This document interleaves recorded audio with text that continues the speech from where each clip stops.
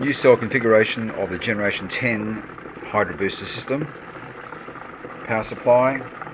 We're actually now tying down the cells with stud inserts in the base and bolts and a bracket across the top, so it's a very, very stable, very strong arrangement. Currently the system is running at 12 volts and 22 amps.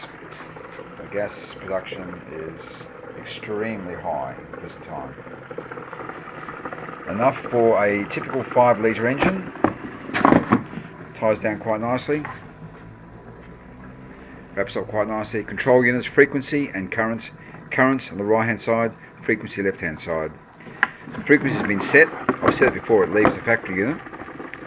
And the currents you can vary to your desired value. Normally I run between 18 and 22 amps. Very strong unit, very robust. Recycling container here.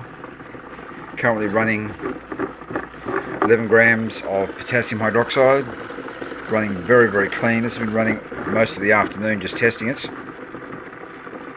Pumping system inside there, and high-speed jetting at the base of the cells, which you can't see, increases the fluid, increases the diffusion coefficient to make the cells work more efficiently, therefore produce less heat.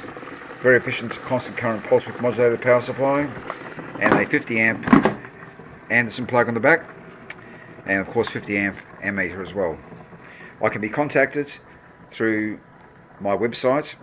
That's www.hydrogenfuelsystems.com.au, or my email glknox@dodo.com.au, glknox@dodo.com.au. My mobile number 040 317 7183. Hope to speak to you soon. Goodbye.